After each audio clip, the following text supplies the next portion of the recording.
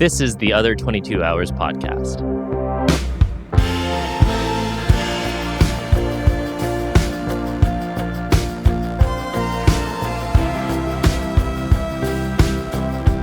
Hey, and welcome to this week's episode of the Other 22 Hours podcast. I'm your host, Aaron Shafer-Haiss. And I'm your other host, Michaela Anne, and we are still getting rolling in our third year of these conversations. And this week, we're featuring a conversation with Courtney Hartman. Courtney is a Grammy-nominated songwriter and guitarist. She was a longtime member of the band Della and has gone on to release solo records that have collaborations with Bill Frisell and Anais Mitchell and Sam Amidon. And she put out a record of John Hartford songs with another former guest on the show, Robert Ellis. Courtney is originally from Colorado, grew up in a very large family, musical family, and continued on the musical route, moving to the East Coast, going to music school, lots of things we have in common in that regard. A lot of her story recently has been informed by a coming home of sorts, moving back west, and then building a new life in the Midwest. You know, having that touch point of being, I guess, music school kids, we had a really cool conversation about effort and surrender. So, you know, like the ego that is tied up around like technical proficiency and virtuosity versus putting effort into serving the song and really embodying the emotion and the message of the song, and how that's like a weird paradox of effort and surrender at the same time. When we talk about containing multitudes in ourselves, our ever-evolving identities as career musicians, as well as whole human beings, and letting that inform how we move through life, and the courage it takes to step away and take time away and reevaluate our life choices as career musicians. Yeah, a lot of talk about identity, about ego, about grounding, like Michaela said. So, as always, there are topics in this conversation that come from suggestions from our Patreon community. It's because everybody over there gets some advance notice of who our upcoming guests are going to be and the opportunity to submit questions that they would like these guests to answer. There's also a whole bunch of other offerings over there, and it's the sole way that we support this show financially. So if that intrigues you at all, there's a link below in the show notes. And if you're a visual person, all of these conversations, past and current, are available on YouTube. But without further ado, here is our conversation with Courtney Hartman. I actually had a dream last night that we were doing a live recording session together.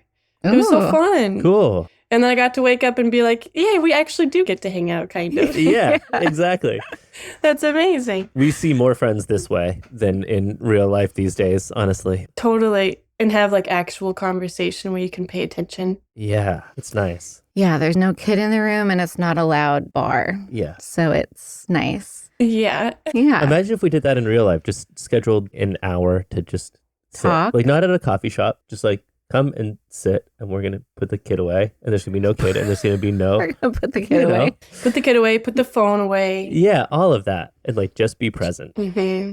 That is like some intention that I think we need in our lives that maybe we should do not under the guise of a podcast. I mean, that kind of is what the It's kind of the guise podcast of it. is for us. It's like a way to connect and have real conversations, sometimes with people we've known a really long time and sometimes with complete strangers. But then we come away having never met in person, but feeling like we know each other because we actually have like in-depth conversations about life. Right. With intentional questions. And that's such an important piece of it. Speaking of all that, thank you for joining us and being willing to give us an hour of your time. Yeah, it's a treat. Thank you. Yeah. And lots has happened. Lots has happened. Is that good? That's English. I don't know why that Well, lots has happened. That sounded so weird. We were actually up later than usual last night because we had the last minute recording session to do, which was so fun and felt like, oh yeah, I love doing this, but also, oh my God, I'm so tired. Anyways. The producer of everything was in LA, so they were 2 hours earlier and wanted to hop on the phone left and right. And I was like, oh. I said, Michaela, I was like, do they know that it's like 9 o'clock at night? She's like, no, they're in LA, so it's 7. It's fine. I was like, no, it's 9 o'clock for us, though. It's like, do they know? Our reality is 9 o'clock. That I'm 9 months pregnant and it's 9 o'clock at night and we have a 3-year-old and we want to go to... I was like, we can't tell them that. Yeah, totally. And we already have our pajamas on. Yeah, exactly. But a lot has happened. And it's so funny also talking about the intentionality of these conversations when it's someone that we've known for a long time, I go and search you on the internet and I learn all these things that I didn't know about you, even though I've known you for probably a decade at this point. Yeah, like New York, which was now like a long time ago. Yeah. Over 10 years ago. Wow. Like I had no idea that you are one of 10 children and grew up in a very musical family and had like a family band. Yep. We did all those things. Travel around, played at Silver Dollar City. We're homeschooled.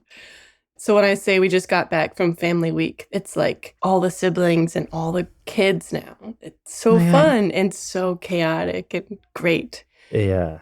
That's a lot of people. Yeah, it's all I knew growing up. It was like doing that. And my parents, I think because there were so many of us and they had seen other families doing things together, they chose for us to learn music as a family because it was something we could all do together and we wouldn't be running to 15 different soccer practices every week, that kind of thing. Oh my God, yeah. So they had to streamline it, and that's what we did. The way you said that, were your parents musicians already? Or were they also learning? Cool. They were also learning. Yeah, my mom would take lessons with us in the spirit of the Suzuki method, but then she continued with other instruments to be able to practice alongside us, which now looking back, I'm like, yeah, that's awesome. What a gift for us to have been able to have that. It's amazing.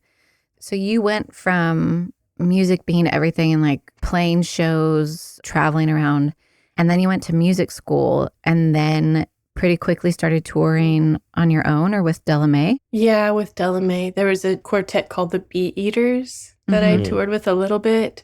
Mostly it was stuff just here and there, kind of in college. And then I joined Della and that was more full on touring. And then a big part of your story that's been presented is the fact that you left the band, left New York and the East Coast and moved back home. And I remember we saw you out there around this time when you felt like you were needing a reset, which I'm always intrigued by this because I'm someone who feels like I've had many times where I've needed a reset and I've never had the courage to do it, to make like a big change and be like, I'm going to take some time away. I kind of think those things and then like grit my teeth and barrel through. Looking back at that time, I had known like in my spirit for a while that I needed to make a shift. And there was a really specific conversation I had with a friend. Actually, I was into asking this question to everybody, which I think is probably a good sign that I needed to just be asking myself. But I was like, what are you most afraid of right now? That's what I would ask all my friends. And it was in one of those conversations that I realized like I was afraid to leave a band situation that I'd been in for a long time. I was afraid to leave New York and my community. And I was afraid to return home. And I think I knew that those were all things that I was going to be asked to do, not from somebody, but for me, like from God, or those were the things I was most afraid of. And I kind of did all of them at one time. It was like all of them happened. And it was a big reset. It was not an easy season, but so good. I remember when I moved back to my family's property, just working out, and the garden was neglected for a lot of years. And I spent so much time weeding, and the physical act of weeding that summer, I didn't know anything about gardening. I was just like, these don't seem helpful, so I'd take stuff out. That physical act felt like I was physically taking out the things that were no longer life-giving in my life. Or not that they were not good, but they were not what I needed to be growing in that season. Taking the mental and the ethereal and making that an act. I love that. Can you tell us about your experience in that season of after you made the choices, after you made the move, like all of that? I'd love to hear more about that because obviously now you have a whole very vibrant thing that you've built. Yeah, and so different from that season. Yeah. So that was like 7 years ago, which in my mind, I don't even know where it comes from, but it's every 7 years there's like a shift. Do you look at your life in 7-year chunks? I haven't. I could. Like if I look back, I definitely can see it like that. The first thing that comes to mind, honestly, which is not nearly as eloquent, is that I've heard that allergies work in 7-year increments where like every kind of 7 years you have different allergy sensitivities pop up. Really? Yeah, that's what I've heard. That's kind of cool. Yeah. So, well, out with the milk allergy and with Yeah, exactly. I just want to hear, going from being in a band, and being in New York, like those are strong identity points, I guess, are the words that come to mind. How was that season of recalibration? Yeah, of like just regrounding. Yeah. I think I had a lot of humbling to do and giving back to my family. And I was very much at a place where I was like, if music is no longer a healing thing in my life, then I need to let it go. And I had just come to that crossroads of like through some physical hand injuries, but also just my relationship with it. I just needed to be very open-handed with it. And in that time, the practice of rising early in the morning and really just like showing up. And if there was a song, then I would be there to write it. That was a practice that I started then. And I think I really held to that because I didn't have much else to hold to. I was just needing to be open-handed and follow whatever that was going to lead to without really knowing what it was going to lead to. So I lived there and I ended up moving into my family's barn to help rebuild it. That's a longer story, but it was in disarray. And so spent 2 years living in there. And that coincided with COVID and all of that. So all in all, it was like maybe 3.5 years. Wow. And then relocated to Wisconsin. So you basically like put on the table like maybe music as a career isn't part of my life anymore and saw that as a very real possibility. Yeah, absolutely. Wow. Yeah, I had just come to that place with it. I'm curious about our egocentric identity attachment to that. Did you have to address any of that, or was that lighter in your being? Nope, I had to address it. Okay. Big time. It kind of felt like everyone went through that during the pandemic of like, who am I without this thing that I am both fed by, but also that I give by? Mm-hmm. It's how we have value or feel valued in the world. And I think we all kind of experienced that. But in a way, I felt like this is what I did 1.5 years ago.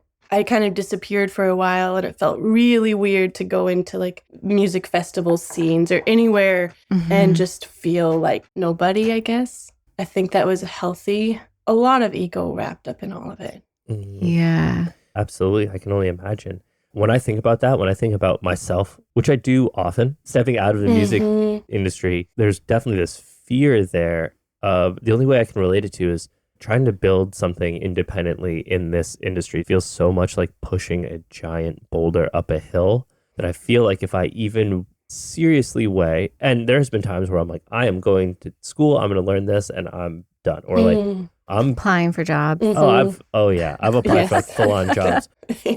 Even just this fall, like I've had, with my business and my career, like the best year of my life. But like even this fall when I was in the thick of it, I decided that I was going to write the best corporate resume I could possibly write. and I applied to 5 jobs a week for a month. This is in the midst of him producing and mixing like multiple records at the same time. Like he wasn't. I was like, now's the time. I have nothing to lose. I'm going to show up there, which is like he wasn't like without work. Ego, confidence, just I'm gonna go full corporate, but like as a side hustle. Fully, I did not apply for a job that paid less than $180,000 a year. I was just like, I have nothing to lose. Like my cover letters was like, I have never worked for anybody else. I worked for a coffee shop for like a month. I've been self-employed since I was like 14 years old. That's an asset. Hire me. I'm going to shake up your company. We're going to do this. I didn't get any interviews. Shocker. All of that to say, even in that, I wasn't seriously holding the possibility of stepping away from the music industry. It was like, this would be cool if this happened. I would love on January 1st to know that I'm going to make $180,000 this year. That would be amazing. And all I have to do is just show up and do what somebody tells me to do. Wow. Easy. That's it. Just to me, that whole life, I don't mean to slight any of our listeners that are in that, but it just sounds so easy and like refreshing to me a little bit. Anyway, I go down this big tangent, but when I really hold the idea of leaving the music industry, like the step that you take, it feels like, and I hear it with people that we've talked to, that building this is so much like pushing this boulder up the hill that if I hold that reality fully of stepping away, that like that boulder is just going to roll me over. I'm going to be stuck in the mud, and then I'll never be able to get that boulder back to where it was. And it's such a final decision to me, which, you know, obviously it was not a final decision. So I'm just wondering what your experience with that was now that you're making records again. I'm sure there's some people who can relate to this, but now I think it's just a continued choice. Continually just asking, you know, as we navigate, how do we do this with a family? How do we do this in a small town in Wisconsin, away from parts of the industry that I was more involved in at one point? How do we do this in a way that's sustainable and life-giving?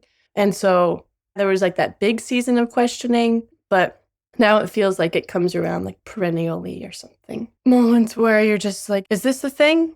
Is this? And then knowing that like, if I know what to say yes to today or for this month or for this year, that's all I really need to know, even if that's hard to reckon with sometimes. Absolutely. To me, it sounds freeing, or at least adds a little bit more levity to everything. Yeah. I would rather see it as freeing than just like self-doubting. Yeah. But yeah, I do feel a little bit more freedom there. It also feels grounded in the present moment, where I think you're really in the thick of the career track of music.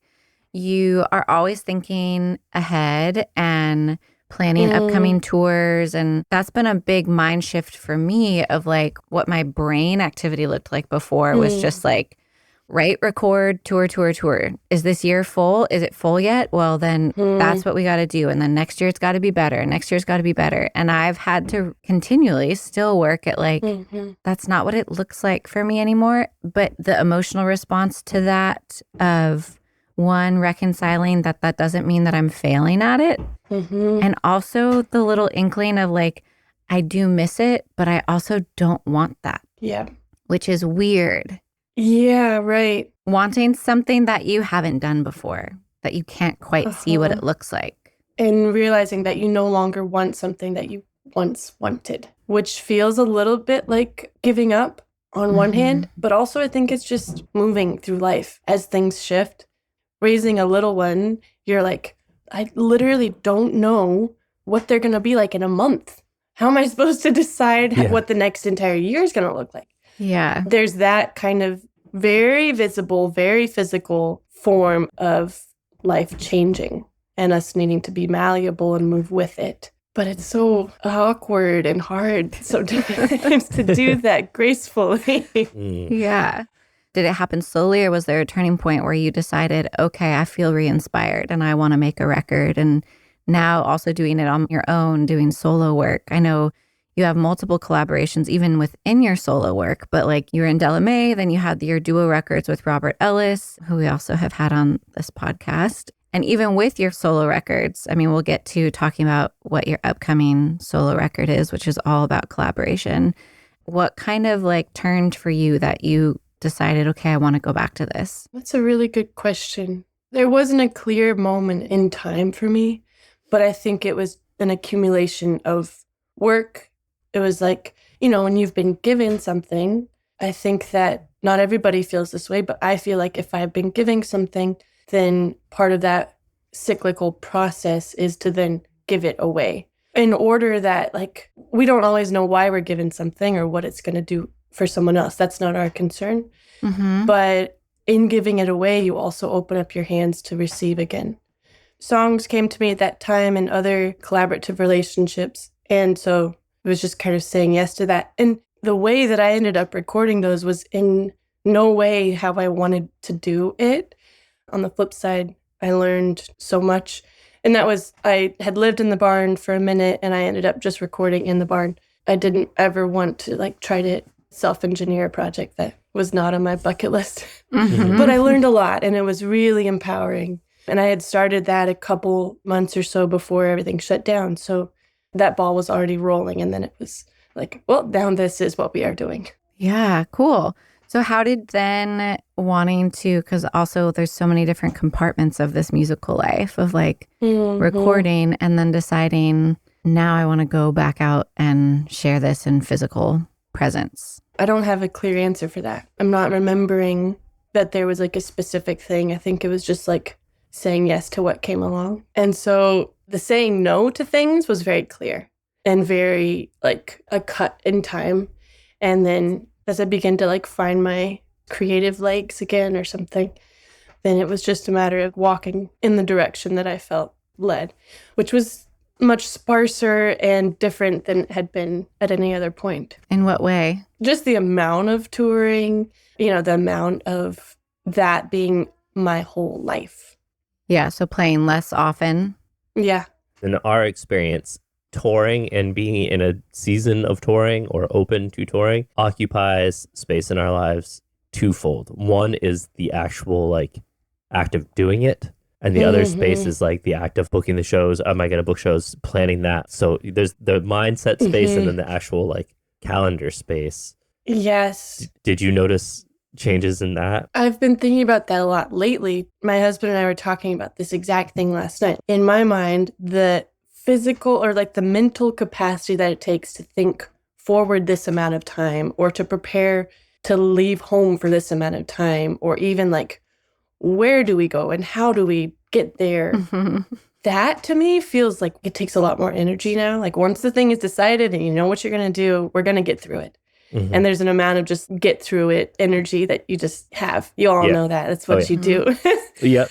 But I do find that thinking about routines changing or whatever it is now, it just must come with more responsibility and more of a home. And having a little one, that takes a lot more space now in my brain. I don't really like how much space it takes. Yeah. And I've definitely thought like, what if we just don't do this? Can we not do this? I don't know what that looks like. It all feels like a big question mark. I noticed that with Michaela and her touring, because I really don't tour anymore. Most of the touring I do is just like, I go with Michaela as a dad. I bring our kid and I'm not playing. I'm just with her who is playing.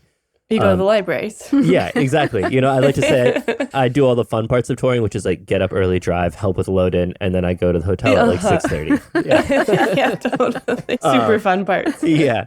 I'm not going to lie. It is kind of fun. We have it like, I didn't tour with her much this year now that our daughter is 3.5. We have a life here and she's able to stay here and we have a good time and it's fun. But the lead up to Michaela leaving on tour, whether we're coming or not, is almost more disruptive than her just being gone. When she's gone, it's like, it's cool. They're fine without me.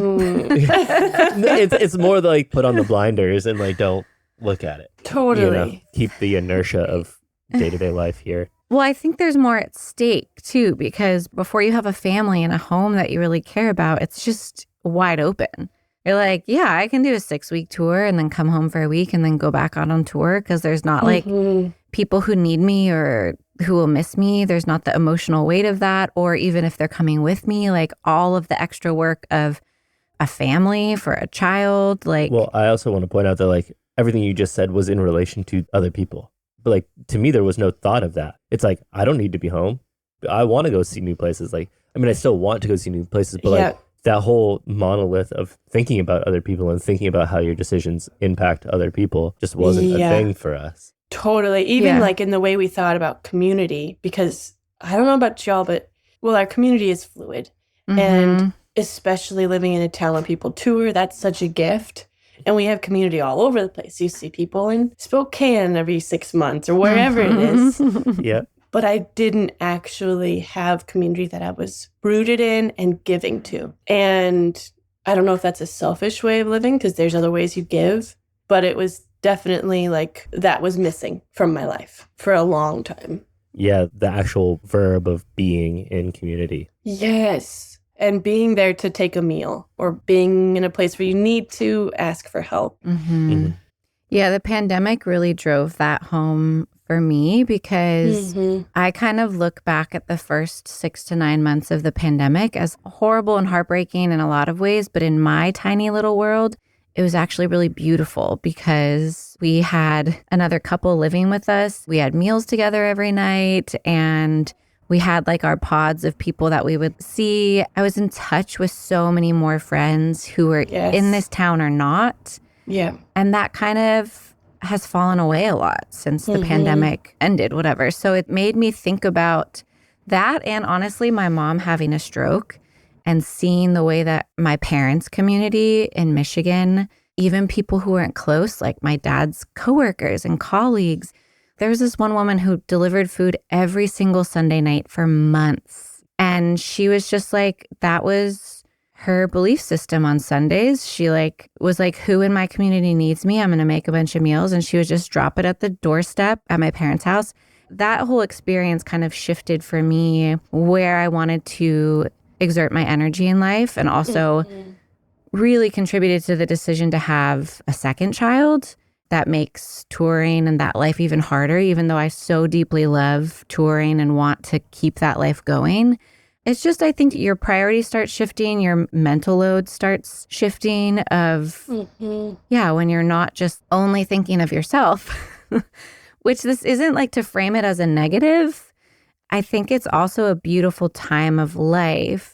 And some people might want to remain in that for their lifetime and think that that's what their contribution to the world is. Absolutely. And others might decide, oh, I want to actually know what this feels like to know my home a little better and my community here. And I felt that this year for the first time because Georgia's now in preschool and she started a new school in September, and I went on tour, and I felt so sad to miss orientation. I came back after 3 weeks and I was like, I don't know all these little friends she's talking about. And and now I've been home, so I do, but it was just so startling for me because I've always just wanted to go. And now I was like, I never knew that this day would come where I wanted to go to the playground meetup way more than I wanted to play songs on stage. That feels really scary to admit out loud. You said that being in your parents' community affected your decision to have a second baby. Mm-hmm. What was that connection? Well, my mom is one of 6 kids, and not all of her siblings, but most of her siblings, they all live in the same town.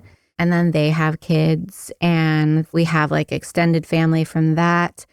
Yeah. And I just really saw, yes, you can build familial community with friends. Yeah. But it just really made me think about the family that Aaron and I were building.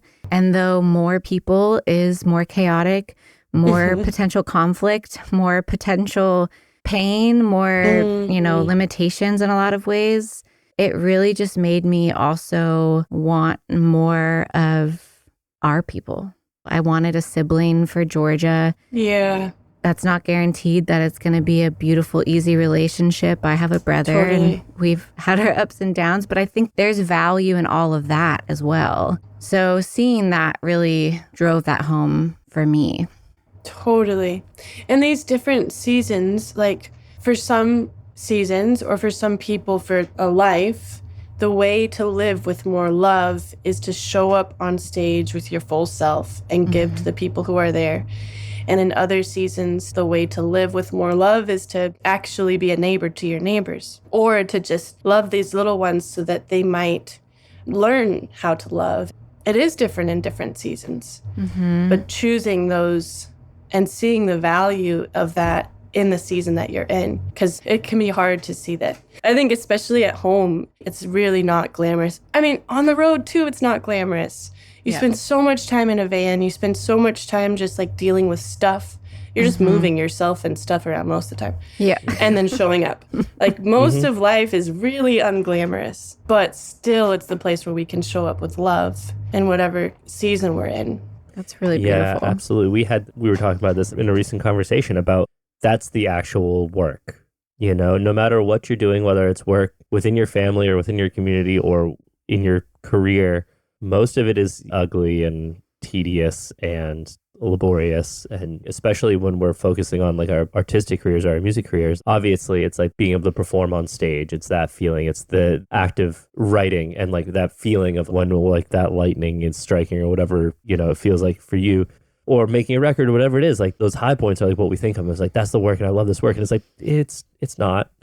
I mean, it is. And that's wonderful. And we're very lucky that we can call that our work. But 85 to 90% of the time is work and it's ugly. Yeah. And learning to love the little things, I guess, whether it be the bath time or the fact that you get to drive in a quiet vehicle for hours.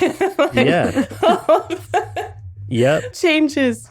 The value of those things changes. Yeah, being able to enjoy the mundane, Yeah, just like tedium. totally. I'm really interested in this kind of shift that you've made, how that's affected your creativity, whether it's like the actual creative process or the inspiration spring of creativity. I'm just really interested in how that has all been affected now. In the last number of years, Yeah. definitely a big shift from like writing for a project or for someone else's voice into writing just like basically for myself. You know, I'm not giving songs to other people to sing at this point in my life. And that just changes my perspective. I think writing for other people to sing is also like a very cool and inspiring thing to do. You write differently, but it's a lot more like very much just gleaned from my own life at this point. And with kind of in the last 5 years or so as well, the process of producing for other artists or teaching, that also, it feels like I need this rhythm of having time to focus on my own work and my own craft, and then being able to give energy and attention to someone else as they're growing their craft or they're bringing their fruit into the world, or, you know, that feels really good, that kind of cycle for me. This year, kind of, I was very focused on my own project, and then I got to shift. And I remember just having a pre-production Zoom call with an artist I'm working with, and I was like, oh, it feels so good to just think about someone else's work. Yeah. Yeah. And to just unfocus on my own thing. And then after a while, that can feel draining to me, you know, like after a certain amount of that, and I need to tend to my own craft. So that's been a shift. I think also like there is a certain kind of inspiration that comes from being in new places. I did a lot of international travel as well. And I don't know, there's just like a simmering when you're experiencing new everything, new senses, new language, just seeing the way that people live. That's a specific kind of inspiration that's so totally different than sitting down at the same desk where I'm sitting right now every morning, or walking out into the same yard every morning. But that consistency is really rich. And the process of seeing your own home or own life with new perspective every day, or I don't know, maybe you all can speak to that, but it feels very different, but also really rich and life-giving. And right now, almost my favorite thing in the day, other than like laughing with Temple or something, but is like having that time in the morning when I can just sit and be at my desk. Yeah. You know, that consistency. That's been a huge shift for me of really valuing routine and consistency and seeing the inspiration in that, which I used to think this is the worst. Like, Totally. And again, the pandemic really changed that for me, because it was like we had lived in this home for several years at that point, and I was so uninterested in being home. And then we were forced to be home, and I was like, whoa, I've never been here in May when I've never noticed what blossoms. Like, I don't know anything about the nature around my house and when the morning glories start to bloom, or when the cottonwood drops its cotton, and like seeing the pods. And all of that stuff has only expanded since bringing a child into the world who's so endlessly curious about all of that. It's a very different source of inspiration than the excitement of getting to go to museums and cafes and European cities and the things that I romanticized. And I feel thankful that my mind has been turned in that way. And I like the work that I'm creating from that. But I think it's been a process for me to separate from what, however small my fan base is, what they would expect from me. I'm curious if that's ever been a thing for you. Tell me more about that for a second. Did you feel beholden to their expectations, or afraid that they would not necessarily want what you had to give? Both. That they would not like what I had to give anymore because it had changed. And this is a good segue for your upcoming project, because also so much is deeply ingrained, I've realized, in me, of this how cliche but also boring and icky to become a mother and then wax poetic about the beauty of motherhood and like, and my child and how I see the world so differently. And your new record that you're working on is all about motherhood and collaborating with other mother musicians. Yeah. I'm curious if that, and I'm also curious for Aaron. I mean, I know you don't write like explicitly lyrical songs from your own inspiration, but if there was any identity stuff as a man becoming a father, if there was any like awareness or thought to like how the world's gonna perceive me or my career. Not explicitly, but I think implicitly, yes. I've mentioned on here a few times that like I've noticed that, I guess the way to say it is my perceived perception. The way I see people perceive me now that I'm a father is like with much more reverence and much more like respect. It's like, oh, well, he has a kid, he has a family, he needs to support. Of course, he needs to do this. Like whether it's somebody asking me for a tour or to work on a record or something, it's like, well, I know your time is valuable and blah, blah, blah, blah, blah. All of that. I'm like, okay, I'm kind of the same person. I just have a kid.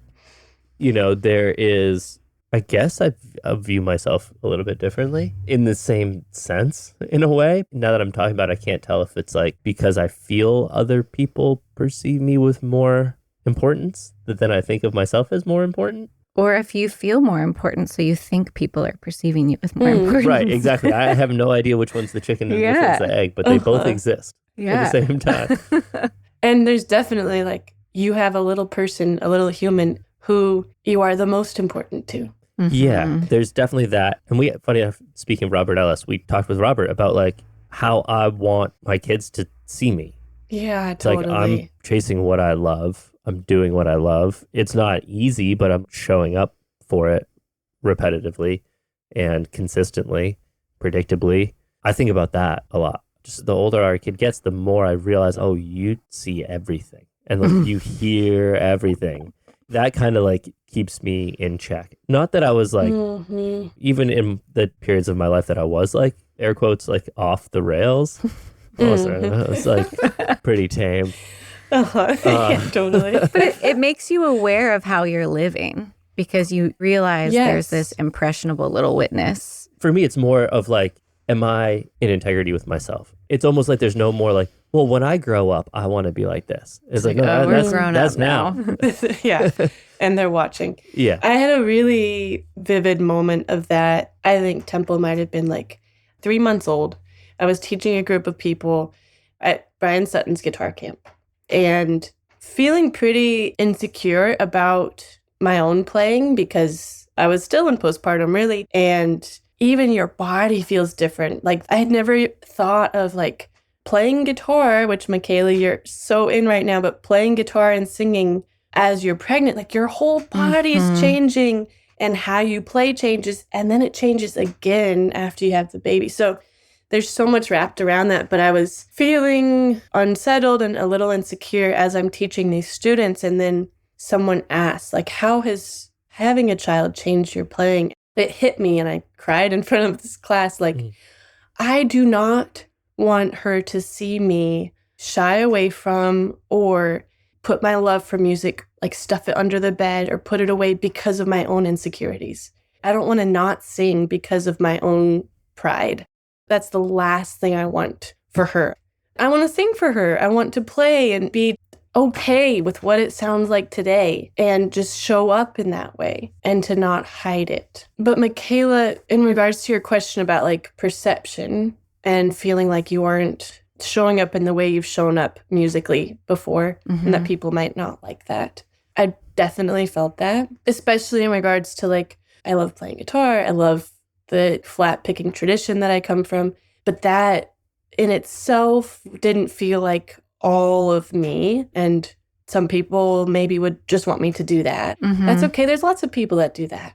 And recognizing that this is still a process for me. Our community of listeners, they're also going through life changes.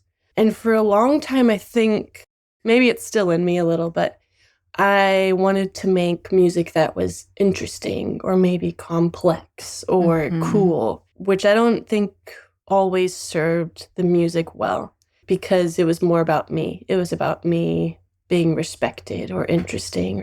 I think that with this new project, there was a bit of needing to shed some of that, recognizing also that the music that I was really being fed by was not always that, especially not if it was like interesting for pride's sake or that doesn't do anything for me. And so why am I trying to put that kind of work into the world?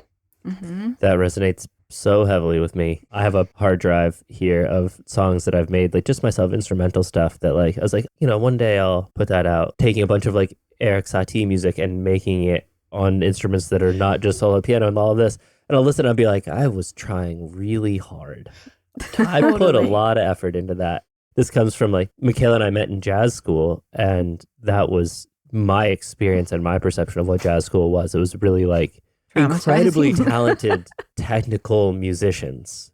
Totally. But it kind of felt in a way of like bodybuilders and people like flexing in front of a mirror and be like, look at this. And like, yeah, there's a lot of muscles there. Totally. And that's like interesting to listen to sometimes. Yeah, exactly. Yeah. But it was like, I listened back to that music that I like wanted to be a part of so heavily and wanted to be in so heavily, but just like was never there. I've learned like as I've gotten older, I also knew as I was younger. Like I knew like in high school, but got twisted as I went to a boarding school, an art school in Michigan. And that was like very technical and deep and I loved it. And then went to jazz school. So I had like 6 years of very intense school. And that changed me to like really want to make this like really technical, really complex, really like virtuosic music, was in my head. And I listen to that music now and like I can appreciate it, but I feel like I'm reading a really insider medical journal of words that like 99% of the population don't even understand. But the people that do are like, this is a great paper, you should read this. And everybody else is going to read a paragraph and fall asleep and use it as like a coaster. And the striving, I still have a desire to be excellent in my craft like that and to be growing, even if that's at really small steps these days. But to have excellence in our work or to be deeply rooted in our instrument or our voice or our writing craft, it's different than the striving for approval. It's like those are two different things, because I think we can continue to grow in our craft and grow as musicians, and that will lead us into all different places. It'll lead everybody into different places. Yeah. But it is like you can hear when people are trying or they're needing you to applaud. Yeah. Hopefully I'm becoming more aware when I'm doing that as well. Yeah. But I think it's probably a lifelong thing. For sure. And I wholeheartedly agree on like the striving for excellence and striving for like attaining, I don't want to use the word like perfection, but I still want to make great, impactful art. And what has shifted for me was where it used to be like technical and all of that. That's almost something that like I can do that repeatedly and I can do that repeatedly and try, and I can get there and there's a finish line.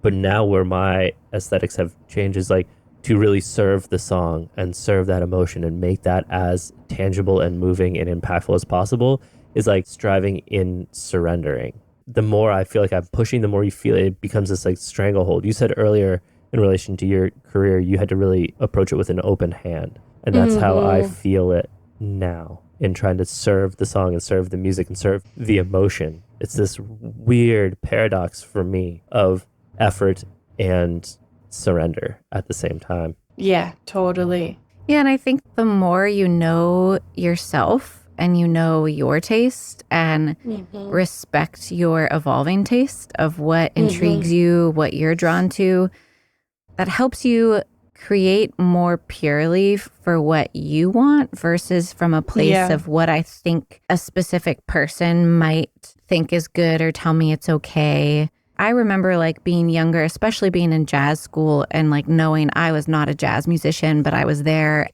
feeling so less than because I wasn't interested in singing scat solos. And I was like getting really into bluegrass and country songs. But even in the bluegrass world, I was like, I got to get really good at guitar because that's how I'll get respect. And then I finally was like, I have no interest in getting good at guitar. Totally. Like, I want to play guitar solid enough to be a rhythm guitar player and be able to communicate the songs that I want to write and sing. Yeah. And that should be enough. Will people be more impressed by me if I could play like Courtney Hartman? Yes. But is that what my true desire is? Do I actually want to put in the time to do that because it inspires me? No. Mm-hmm. Yeah, that's so freeing. Yeah, and it's shedding the like, okay, I know so-and-so is never going to be like, damn, your guitar playing is so good. And like being okay with that because that's not where I personally want to put my attention. Letting those things go so that you're working from a place of, no, I create because I want to create, not because I want to impress my professor or the musician I love or my old boss. Yeah, just thinking about the word surrender in that sense of knowing what it is you want and who it is you are and who you're becoming. And knowing that there's not one answer to that, that you can contain multitudes. Speaking of learning from your children, I was talking to our daughter about this on the way to drop her at daycare this morning because I was singing to a song and she goes, Dad, you're not a singer, you're a drummer. But I was like, but I'm singing. She's like, Mom's a singer. I was like, well, Mom also plays guitar and she plays piano. She goes, no, Mom's a singer. And I'm like, well, are you a singer? And she goes, I'm a singer. I'm like, are you a musician? She goes, I'm a musician. I'm like, are you an artist? She's like, I'm an artist. I was like, you can be all of that. She was kind of like, and stuck her thumb in her mouth. And that was that. But it got me thinking. That's what I was thinking about for the rest of the drive. Yeah. It's like, you know. She's like, okay, case closed. And another like way that it brings us to awareness of like the words that we use where we're like, yeah, Dad's a drummer. So she's like, that's what he does. But like recognizing, but we also can sing. Also, she says I'm a singer, but she does not allow me to sing. Nope. So it's all these. It's such an interesting concept of the openness of a child as well as the literalness of taking those things and how like as an adult being like, wait, how can I hold both of those and let myself continually evolve and not just, you know, like in what you were saying, you were like in your career, you were coming up in Della and seen as the flat picking side guitarist. There is so much more to you as a songwriter and a vocalist and a storyteller and not letting yourself think, but I'm a guitarist first and foremost. And then the growing from that is like, now I'm a musician or a songwriter, but in my community, I'm also a mother and I'm also a doula. I'm also a friend. When at one point it was all that I was or all that I was perceived as, at least in my own mind, and becoming comfortable with it being a slice of the pie now. Sometimes I'm just like, well, no, this is what I do. But it does feel good sometimes when people don't know that you do that, that they only know you by this other part of your life. I love these conversations of personal evolution in that because I think not just in the music world, but everywhere we look, the world kind of wants to put us in boxes. And like we've created this even bigger monster of social media where like if you want to do well on social media, you got to pick your lane and stay in there and only post about this over and over and over again. And I remember we had Andrew Combs on. He was one of our first guests. And he was sharing his own personal evolution. And I remember one time seeing him post a song on Instagram. And in the caption, he said, I realize most of you here probably know me as a musician, but I also want to be known as a father and a husband and a friend and a painter and like all these other things. And he was like, but I do want to share a song, which I haven't done in a long time. I mean, it's just like scrolling through my phone on this tech app. And I was so taken by that of just this kind of like recognition of these nameless people out there might know me as one thing, but I'm going to be really assertive in articulating that I don't want to be only seen as this one thing, even though we're told over and over our success kind of hinges on owning that completely as our full self. Which doesn't leave very much room or grace for change and evolving. I think that you mentioned the newer project that I've been working on, which came from the journey into motherhood for me, which with social media, we get to choose what parts of ourselves we present to the world. I guess as artists, we do that as well. But there's this continual choice of, do I show this part of myself? Or can I just keep that compartmentalized? And for me, like sharing songs that came from that season and then were written with other mothers, it felt like fully putting on the cloak of this new me, or like owning it. Yeah. You know what I mean? Of just being like, yeah, this part of life that I've been really afraid to come face to face with is now who I am. And not everyone will resonate with that. And that's also okay. But I definitely had to walk through a bit of, I guess, insecurity, for lack of a better word, around that of like, this isn't what I thought I would create. This isn't what people want to hear. This isn't what I want to define me for this moment in life. And then surrendering to that. I love that. And like you were saying about self-perception, making a project like this wholeheartedly and putting that cloak on and going fully there does not mean that you're there forever.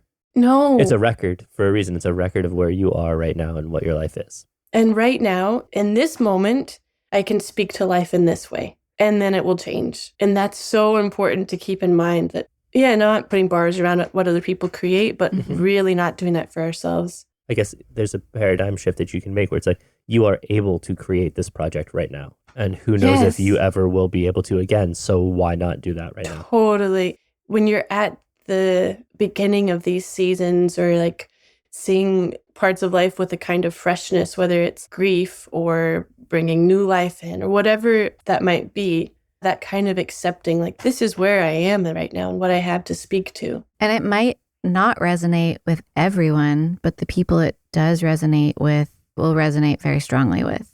And that's, I think, always a really important reminder of there are people out there who need this specific story that you're able to give at this time. And our responsibility, I think, for me, at least I see it that way. Like my responsibility to show up and say yes to the work that comes, because we don't know who needs to hear something. And we most likely will never know. Yeah. Which is amazing. It's really nice when you hear from somebody, but it's also like, we won't know. Yeah. It feels like a really beautiful place to put a bow on it, as we say. Yeah. Well, thank you again for making time to sit and chat with us today. Thank you both so much. I feel so grateful for you all. And I don't know how you do it, but you continue to put really beautiful work into the world. And it's been encouraging to me. And I know it's encouraging to so many people. Thank you. Thank you. We appreciate that. Okay. Lots of love. Likewise. Thank you. Okay. Bye-bye. Bye. Thank you to all of you who subscribe to our Patreon or on Spotify, Apple Podcasts, YouTube, or wherever you get our show. If you haven't subscribed yet, take a second to do that right now, and we'll see you back here next week.